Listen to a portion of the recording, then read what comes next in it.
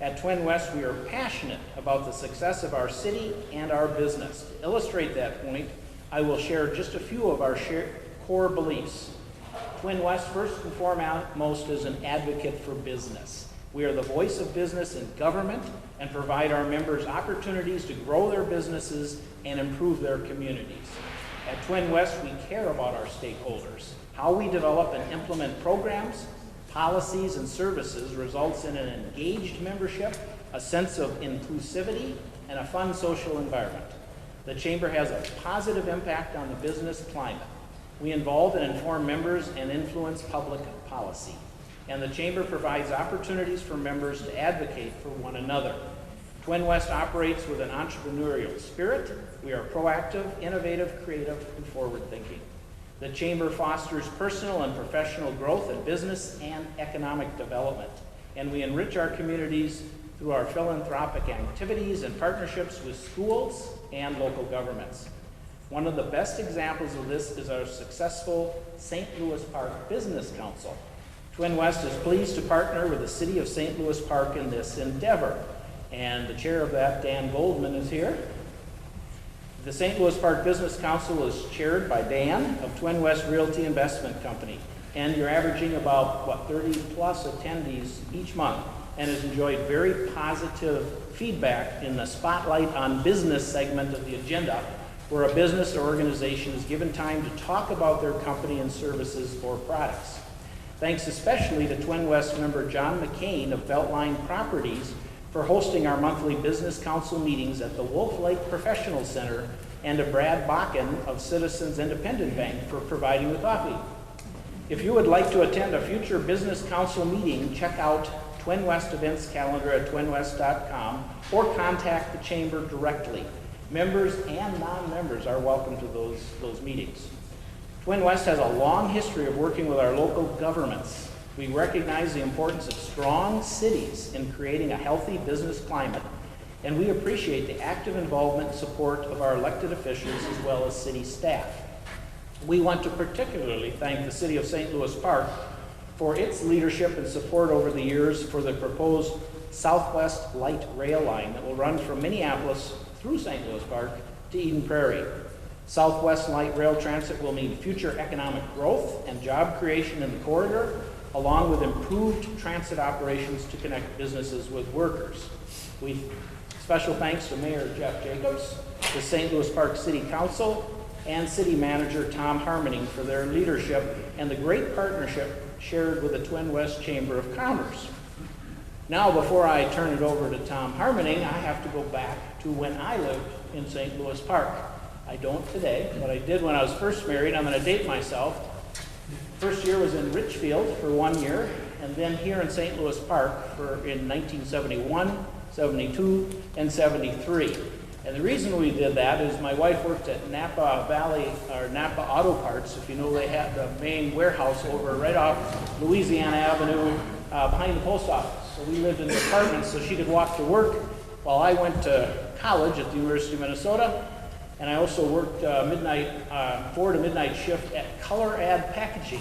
For those of you who know, there's townhomes on them right here over on Alabama, about a block away from here. So I'm familiar with the area, lived in the area.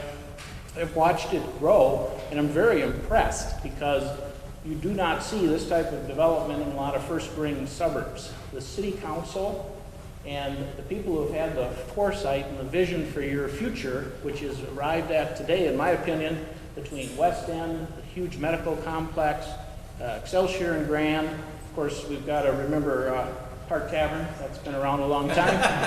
And I remember that when it was back on Minnetonka and Louisiana before it moved to its current location today. So again, dating myself, but very impressed.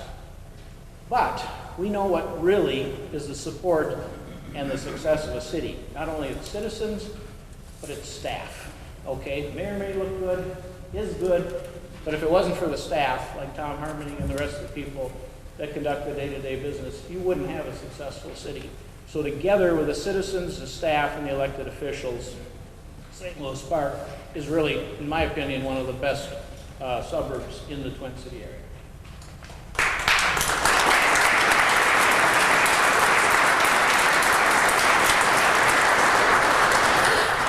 Now it's my pleasure to introduce Tom Harmoning, St. Louis Park City Manager, and of course he's also a Twin West board member who will kick off the event today.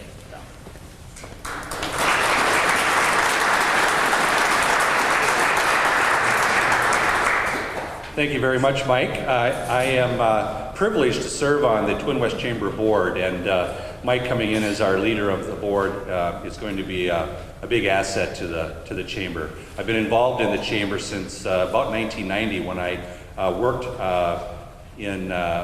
for the City of Hopkins. Actually met my wife through the Twin West Chamber, which was a good thing, and a few years ago was asked to serve on the board, and there's not very many chambers quite candidly, that allow government, so to speak, to be represented on the board. And I think it says a lot about the Twin West Chamber and about partnering and trying to do what's right for the community at large and also the business community. Before I get started, I do want to recognize some of the elected officials and others in the audience. I take a big risk when I do this because I may miss somebody, and if I do, please accept my apologies, and if I do miss you, just raise your hand and I'll make sure you're recognized.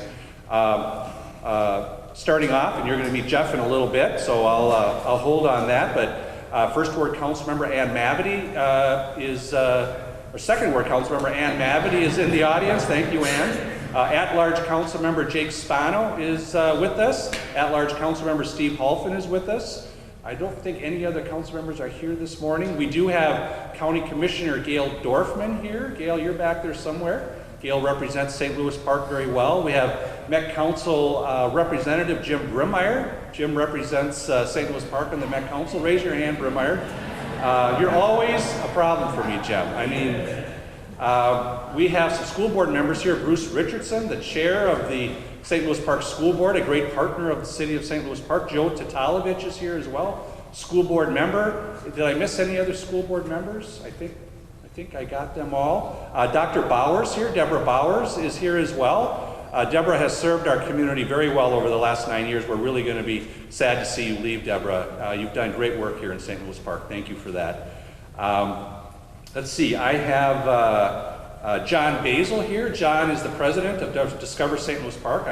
I'm also privileged to serve on that board as well. Let me see, we have the president of the Park Nicollet Foundation here, Krista Getchell. Park Nicollet is a great partner of the city. In fact, this community really is about partnerships and relationships, and Krista is a big part of that. I think I got most of the people that I wanted to recognize, and then I also want to recognize the committee that put together this event. There was, believe it or not, there's a bit of work involved in trying to put this all together, and I would like those who were involved to raise your hand or stand up. If you would just take a moment to do that, please do that, and if we could have a round of applause. Bridget.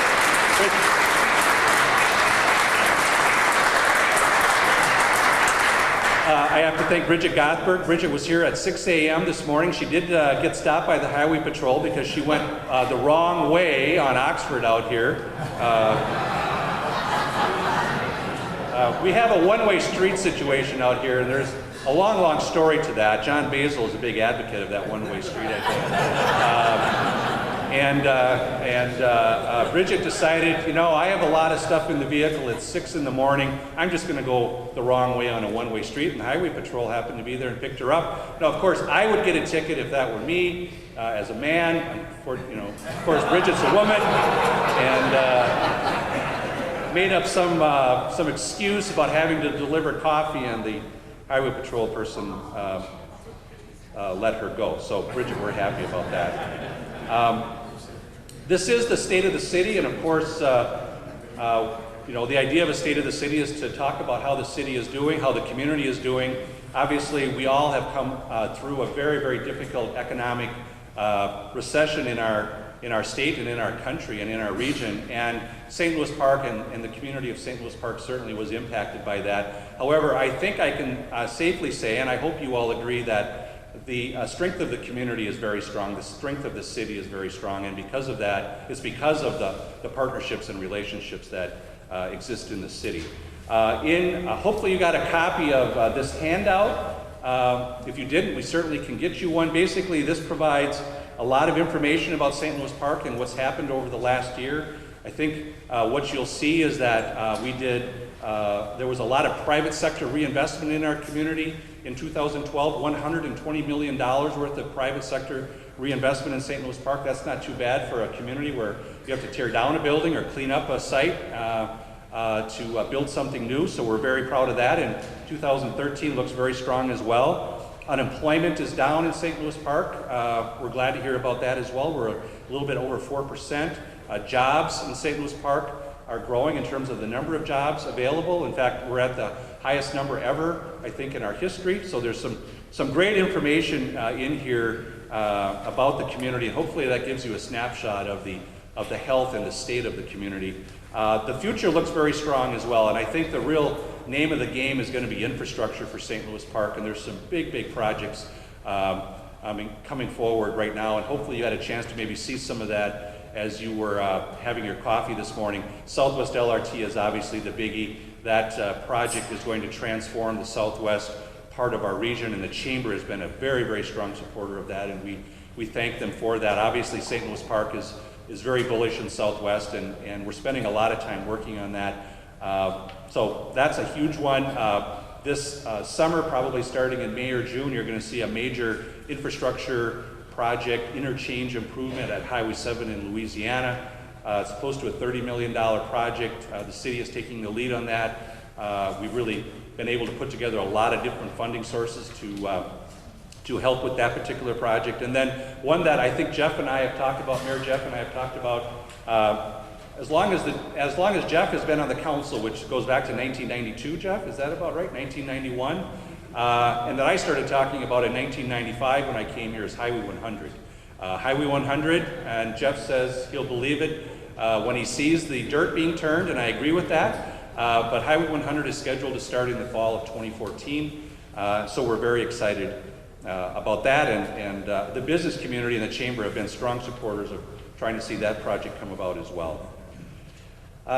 Today, we're going to be focusing on public safety. The last couple of years, we've done some unique state of the cities, and today we're in this new fire station to talk about public safety. Public safety makes up over 40% of our budget, so about 40% of your property taxes goes to public safety, police and fire as an example. Very usual, that's not uncommon in cities.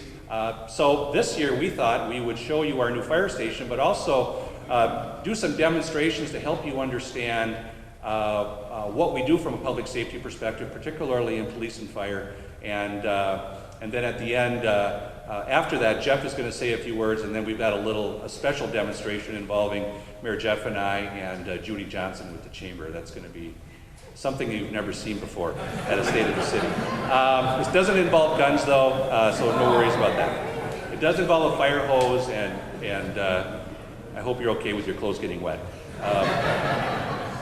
So first off, we're going to talk, we're the two people who are going to be kind of dealing with this next session will be, or next piece will be John Luce, our police chief. John has been with the city of St. Louis Park over 30 years. Just an outstanding leader in this organization. I've learned a lot from John about leadership, and we're really privileged to have him lead our police department and lead our community. Luke Stemmer is our fire chief. Luke has been in the fire service for 41 years, and he's worked for the city of St. Louis Park as a firefighter and in a variety of positions, and now fire chief for a number of years. He's been in the fire service here in St. Louis Park for 37 years. So we're very fortunate to have these leaders. And I think what I'm going to do now is turn it over to John. He's going to talk just a little bit about the police department. We're going to do a little demonstration for you you'll find interesting. And then after that, Luke will do the same thing with his staff. And then the mayor will talk, and then we'll close things up. So thank you very much.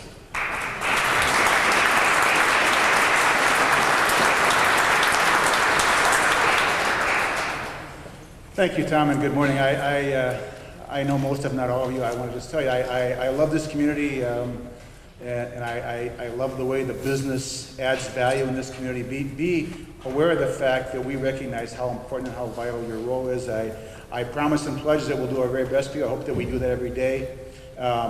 Business matters, and you're important to us.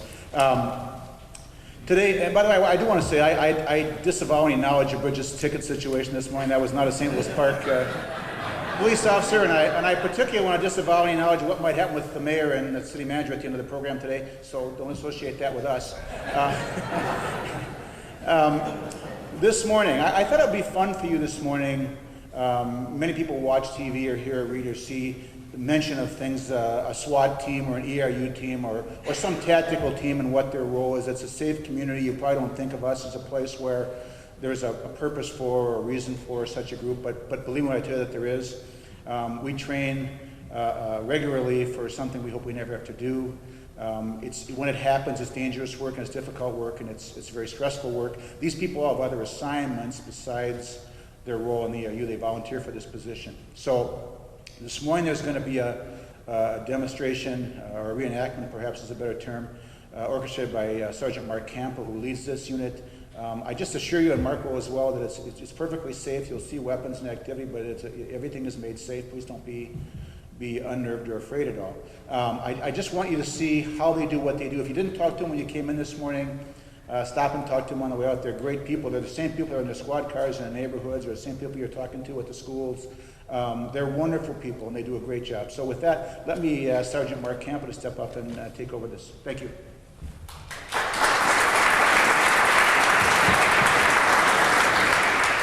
Thank you, Chief. The St. Louis Park Emergency Response Unit is led by the Deputy Chief, who serves as our team commander, 2 sergeants who serve as team leads, and an officer as an assistant team lead. There are 14 total members on the tactical side of the ERU team, including 1 medic who's actually a firefighter for the city of St. Louis Park. We also have a crisis negotiation team that's led by a sergeant and 5 officers. All the team members, as the chief reiterated, hold full-time position within the police department, and the role in ERU is a part-time collateral duty. All team members are on call 24 hours a day, 7 days a week, 365 days a year, and often respond from home. St. Louis Park ERU is a member of Southwest SWAT Consortium. It's a group of teams from Edina, Eden Prairie, Hopkins, and Minnetonka. We can work either independently or with that group of teams. These teams train regularly around the metro. And, as in most call-outs for ERU, they start as a patrol call, and we did receive a call of a physical domestic about 3 in the morning. Female suspect was arrested at their residence. Male victim stayed at the residence with a friend who was also. As with most domestics, alcohol was involved. About 2 hours later, about 5 in the morning, we received a call from the friend. The male that was still in the residence walked out of a bedroom with a shotgun, racked it, and stated somebody was going to die tonight. The friend then immediately exited the residence and called police. Police officers responded and set up a perimeter. Perimeter is established to make sure if the suspect comes out of the residence, we're able to take control of that person, make sure nobody goes into that residence, to secure that area as best we can. We were able to locate the suspect vehicle at the residence. We were able to check the phone to see that tracked to the residence. We were pretty confident that the suspect was still inside. We attempted to call several times on the cell phone that went to voicemail, left messages for that suspect to call us, which he never did. At that time, we activated the ERU team. We had basically a barricaded person with no known hostages inside a residence refusing to come out. We activated the ERU team about 5:45 in the morning. We activated both our St. Louis Park team and the Edina team. We also activated our negotiators. We established an instant command at our rec center, and with the help of their staff, was able to use that facility. And we have a tactical command that we had near the target location. One of the first things we do on a tactical situation is deploy snipers. Snipers are basically our eyes and ears. They give us our intelligence. They tell us the layout of the house, where windows are, what side door hinges are, movement in the house. Anything that they see, they relay to us. They're also our backup. Our next, we deployed a ready reaction team. What that team is basically available to respond to any threat. If we learn of all of a sudden that there's a hostage in there and we need to make an emergency entrance to the house, we have a team ready to do that.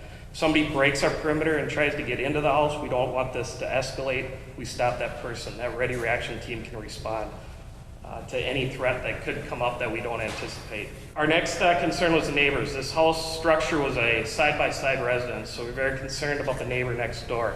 So most of you saw the Bearcats armored car that we have access to.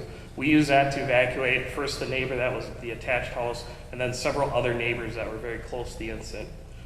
We then notified the entire block, the neighborhood, told them to basically position in their house, go to the basement. We would evacuate them if need be.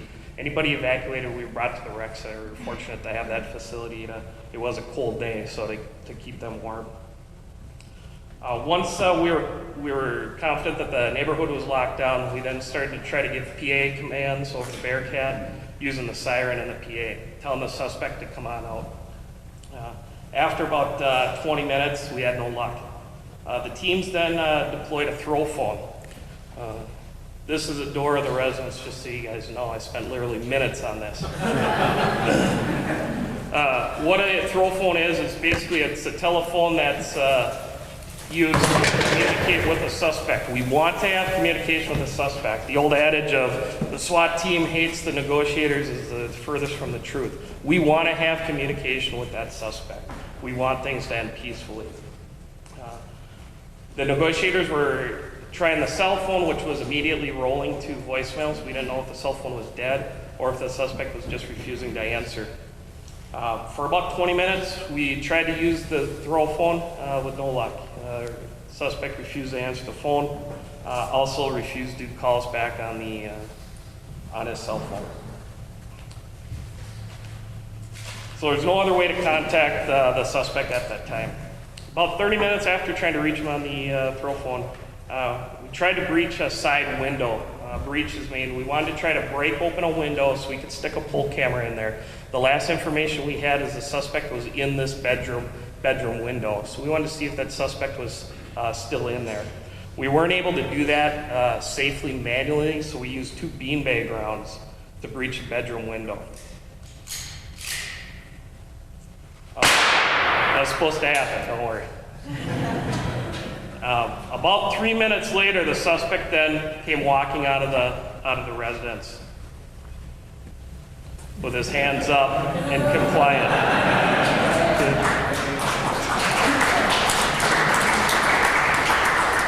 Suspect then was taken into custody with no further incidents. Once that suspect was taken into custody, the team made entry into the residence, made sure there was nobody else in there, which there wasn't, and did recover a shotgun. That is a typical call out. That there took probably about 5 hours getting everything set up. I want to just read you our purpose that's written right in our policy manual because it covers this exactly. Purpose of the Emergency Response Unit is to develop and utilize specially trained officers, special tactics, and appropriate equipment to resolve potentially violent situations with the lowest risk of life to officers, public, and perpetrators involved in the situation. If anybody has any questions, we'll be here after. Thank you.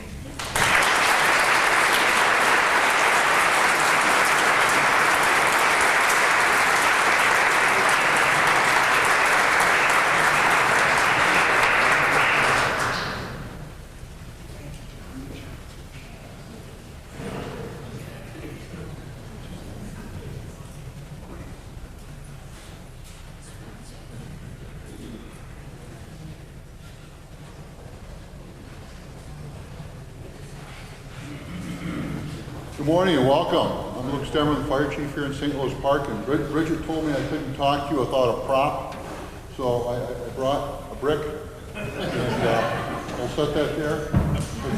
In case you're wondering, we've been in this station, our new facilities, almost a year. We started last June as a project that started in December of 2005, when engineers decided that we no longer could park our trucks in the station because the floors were deteriorating so hard and the trucks were going into the basement. That, plus a number of other design areas, and they weren't too big. And it meant the city was going to have to build not one station, but 2 stations at the same time. And this is the result of it. We have 2 stations in St. Louis Park. We call this Station 1 or the South Station. It's currently our administrative station. And we do about 4,500 runs a year out of these 2 houses. And right now we're what we call a combination department. I have 24 career firefighters, and I have another 24 paid-on-call firefighters that supplement it. Between the 2 of them, we respond to about 4,500 runs a year. So, and just want to say thank you. Sir? Just a minute. Sir? Sir? Are you okay? Can somebody help me? I don't think somebody know how to help me. Okay, sir. You go call 911.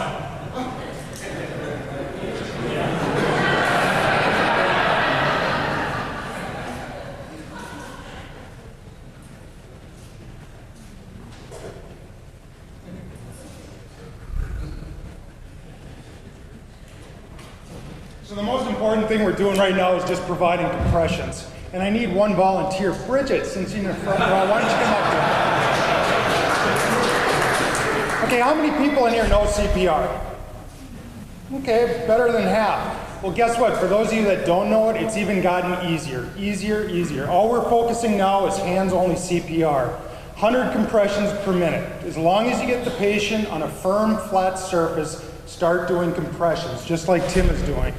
I should say future council member Tim Nordstrom. And 100 compressions, it might seem like, okay, how do I know 100 beats per minute? And the simplest way to remember that is just if you remember the music theme Staying Alive by the Bee Gees, which Bridget is going to sing.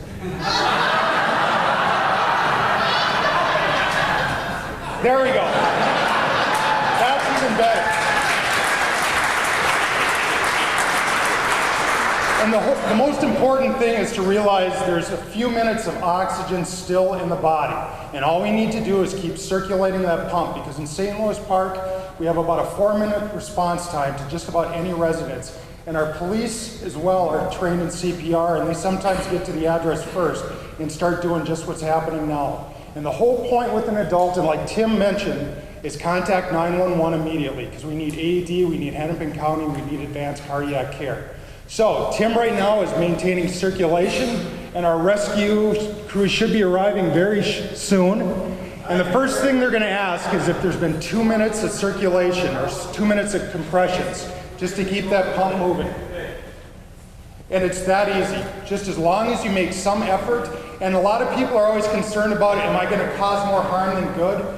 Cracked ribs are a lot better than being dead. So as long as you make some effort, you're going to sustain life until advanced cardiac care gets there. So thank you to our demonstrators. And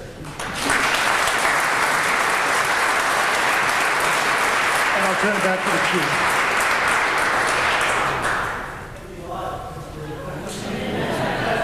I know one of the things that people get hung up on with CPR currently is, do I have to give breaths or when do I give the breaths? It used to be a big deal and they taught it.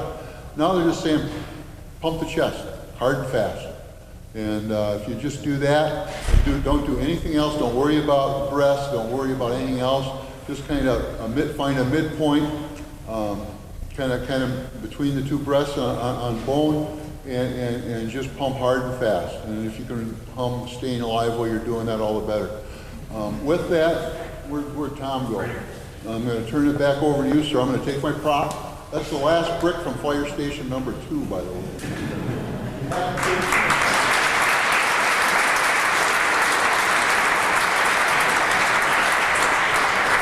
Thanks very much to John and Luke and their staff for these demonstrations. Hopefully that gives you a little flavor of what the services we provide here in St. Louis Park. And I have to say I'm very, very proud of our police department and fire department.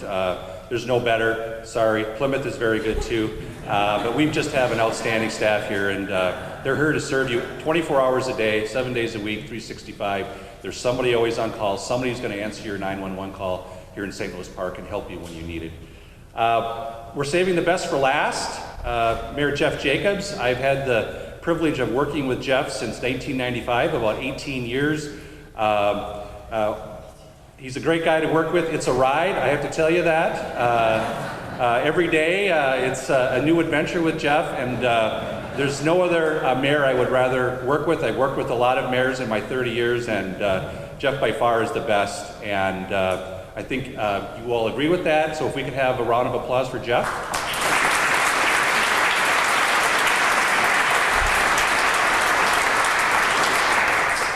Tom is fond of saying that there's no such thing as a 3-minute phone call with me. Well, first of all, before I do anything else, I really want to thank Tom for not only for a great presentation today, but for his leadership all throughout the year. I mean, Mike mentioned it, and it's true, that none of what we do on the city council would be possible without just the outstanding staff here, whether it's police and fire, public safety, parks, planning, it doesn't matter. The entire operation is just so great. So really, let's give them a round of applause. I'm so proud of them.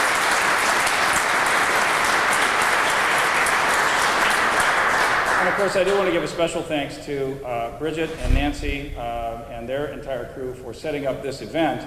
And I know a lot of you are concerned about time, so they gave me a script. And it's a great script, actually, because it's what I call carefully worded and tightly choreographed. Here it is. It's right here. It says, this is Jeff's script for State of the City. 1, Jeff says hello and thank you. 2, Jeff tells us a story. 3, Jeff shuts up and hands Mike to Luke. Now that's just the sort of carefully worded and choreographed script that I can get behind, and I want you to know that I intend to follow it religiously. So, first of all, I really want to thank Twin West for the great partnership that we've had over the course of many, many years, longer than I've been around. One of the unique features of St. Louis Park is that we have this uniquely robust partnership with various stakeholders. Obviously, we're very closely tied to the schools in St. Louis Park. We're very closely tied to the business community. And so I always look forward to going to the Business Council once a month. If you've not been to one, please come, because they're very entertaining, they're very good, they're very informative, and they're well done. I really want to thank the business community for continuing to invest in our community. It's one of the, as you can kind of tell, I mean, Mike made reference to this too, that we are, one of my former council members talked about the fact that St. Louis Park is a middle-aged suburb going through a renaissance. And we are, and that is, I think, in large measure because of the good partnership we have and the very strong partnership we have with the business community throughout the community. We are, as my friend John Basil oftentimes says, who's now chair of our Convention and Visitors Bureau, we are comfortably close. And we are comfortably close to almost everything, as a matter of fact, and I think that that really benefits us in a lot of ways. So, you know, it's how we can work together to enhance the quality of life in St. Louis Park, and we're really fortunate to have that kind of partnership. But we all know that one of the, I got to get my walker on my if I stop walking and Nancy stop talking, let's see, is this thing on? It is. Good. One of the things that my friend Brimmeyer is always, Jim Brimmeyer is fond of saying, is that one of the city government exists so people can drink, drive, and flush, and that's kind of what we do. But one of the foundations of that is public safety.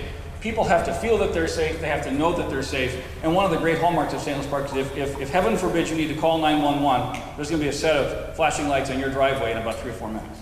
And that's really important. People need to know that. And I know that that's one of the great foundations of good community.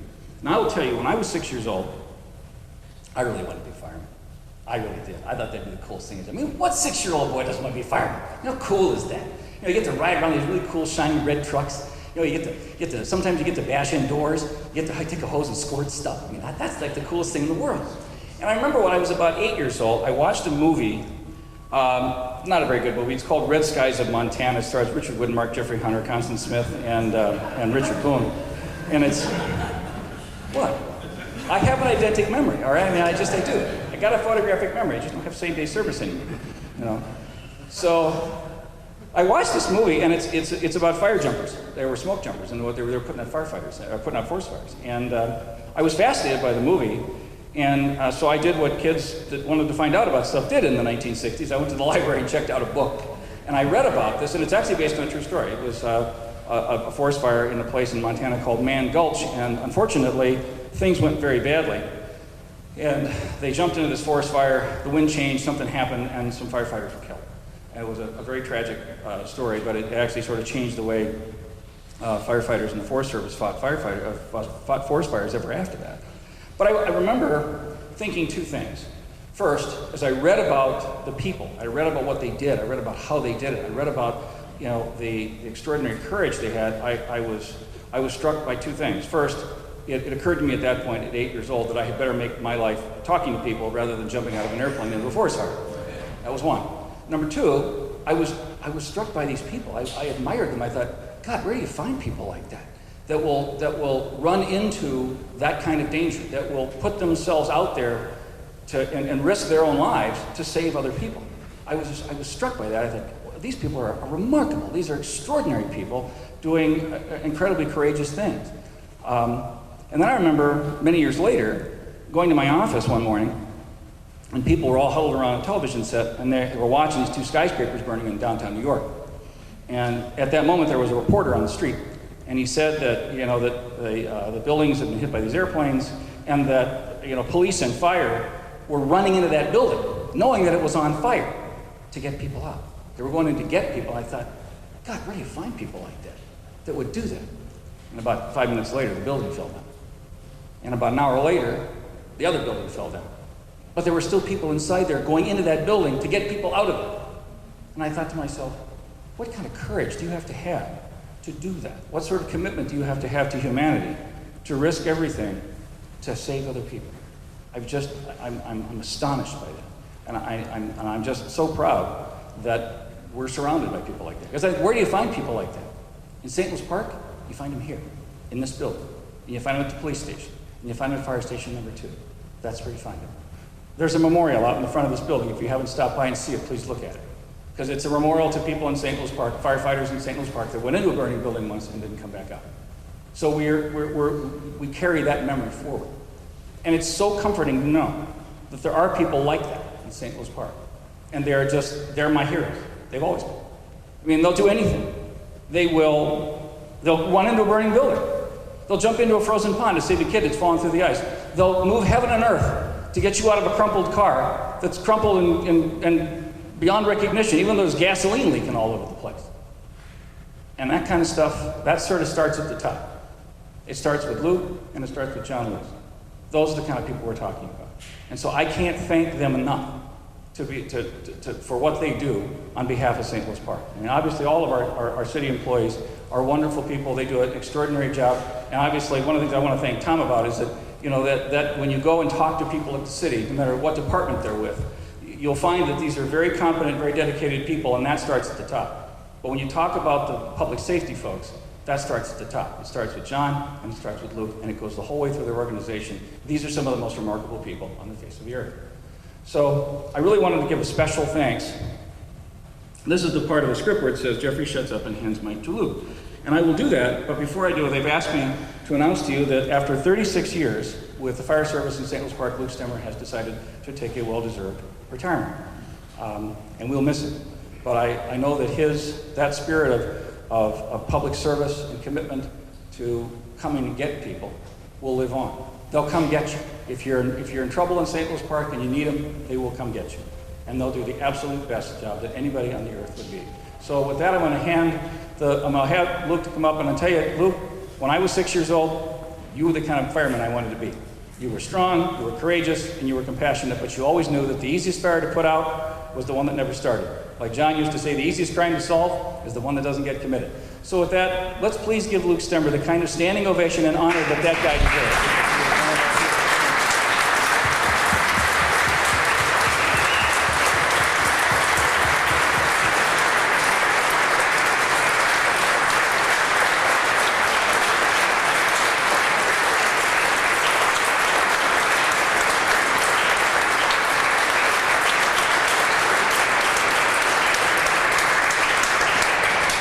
After the point of the script where it says Jeffrey shuts up, I'm not sure what else I'm supposed to say at that point, other than I guess now I got to put on I got to put on an outfit and squirt something, right? Is that the idea? I'm not sure we do now. So we have this deputy, and I don't know what's going on. I don't know whether I know that I'm supposed to use the fire extinguisher and a pair of boots. That's all I know at this point. So I'll be there you go. All right.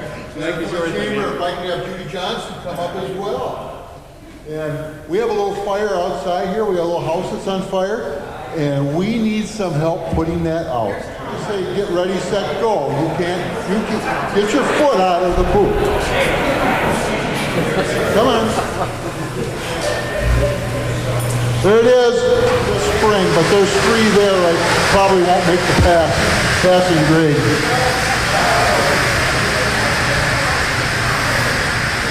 That's Sonny, and thank you very much for coming this morning.